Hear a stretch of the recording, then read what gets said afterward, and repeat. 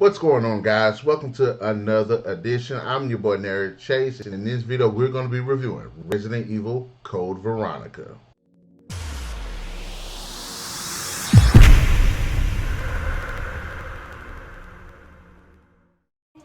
Now, Code Veronica is a 2003 novelization of the Code Veronica video game set in the Resident Evil universe. And this story was written by S.D. Perry, and it ends up following Claire and Chris Redfield, who are on this really cool mission to try to overthrow Umbrella, essentially, again. And it does follow the premise and story of the book. Now, not the book, of the game.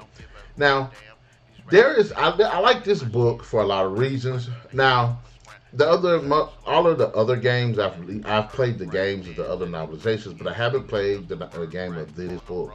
But I do like the story. I think it definitely captures what makes Resident Evil Resident Evil. I thought the story went at a really good pace.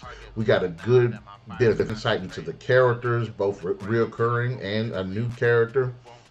But just none of the OG characters. Now, having said that, one of the things that I appreciate as well in the story is the writing by S.D. Perry. Again, she is killing it with these novelizations. She captures it. She makes the dialogue really good. She makes the characters likable, relatable, give them good motivations, give them good moments. Whether it's moments of bravery and resourcefulness or even just a bit of vulnerability. I think that she manages to balance that well. The atmosphere is definitely there. It's creepy, it's suspenseful. The horror is just building and building and building. There's action, but it isn't over the top. It does what it needs to do. It provides an entertaining and suspenseful read. And again, the characters are really, really cool. Claire, OG, really cool, resourceful, level-headed, definitely steps a game up from City of the Dead. You got Chris, definitely has evolved since Umbrella Conspiracy, and you get to see these two characters finally. They've been looking for each other freaking for 1,000 years, it seemed like. You get to see them come together, but that is not the only thing. We have another character, Steve Burnside, who's an inmate on Rockfort Island, which you could say half the book takes place on. And that kind of goes into something I don't like about this story, but I'll go ahead and I'll dive into that later on. I like Steve. I thought he was actually a pretty cool character too. Maybe not as cool as Billy from Zero Hour, but I think he was still a standout guy and pretty likable guy. So it goes into that thing where I like seeing like non-military or trained characters deal with situations like this. I thought he was really, really cool, and he did add something. I did like the back and forth and the reliance between him and Claire. I thought that gave the story a bit of heart as well. Now, this story has several bad guys in it. We got Albert Wesker, who is pulling strings, and you get to see him mostly dealing with Chris. And then you got Alexia and Alfred Ashford. Alfred is one of the most weirdest villains I've seen, but considering how lazy a lot of these villains feel in terms of motivation, he definitely stands out. I actually liked him. I thought he was actually a really cool bad guy. But Alexia, his twin sister, is actually even more badass. It's hard to see a lot of these female characters, especially villains, stick out. But I have to say, a lot of the female villains that are featured in these games actually do stick out. So Alexia is definitely one of the top tier in my opinion. And one of the things I will say that I'm not really a fan of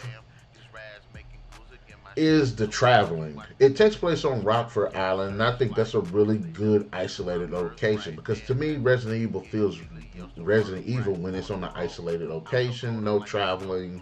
But I can see how that can become formulaic. But Rockfort Island was a pretty good setup. Rockfort Island kind of feels like Resident Evil Revelations 2 with the setup, but we just don't get the full exploration of it. But having said that, but it was still a really cool atmosphere. Now, the thing I don't like is they end up traveling to Antarctica. And I don't like that. I wish everything would have kind of either been set in Antarctica or set in Rockford.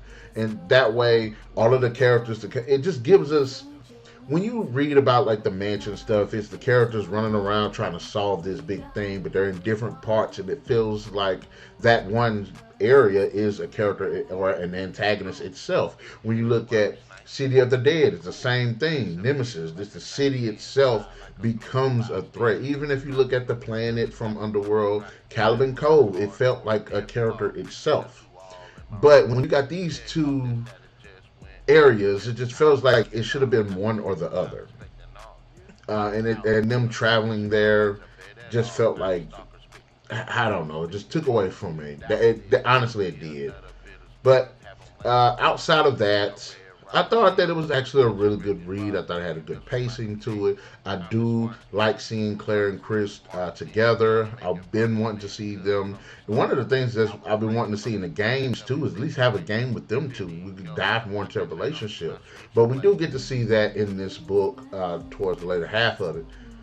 But having said that, Code Veronica might not be fully on board with what I envision Resident Evil novelization to be, but it does not stop it from being an exciting read. We get to see really good sides to characters that we've come to love. We get more than one bad guy, and they don't really feel shoehorned in. All of the villains in this book feel like they are there to achieve something, and that they do add something to the story. And there's a lot of great action and horror moments in this as well. So, having said that, final verdict, Resident Evil Code Veronica definitely deserves 3 out of 5. So, guys, in the comment section below, let me know, what are your thoughts on Code Veronica? Did you like it? Did you not like it? Also, should I go ahead and play the game? Huge fan, but I'm not sure if I want to play the game or not. But maybe I would. I don't know. Maybe I will. There's a lot of the Resident Evil games I ain't played, but I have played a pretty bit of them. So be sure to hit that like, share, subscribe, and that notification button to get the best of what we got going on this channel. And we'll catch you guys later.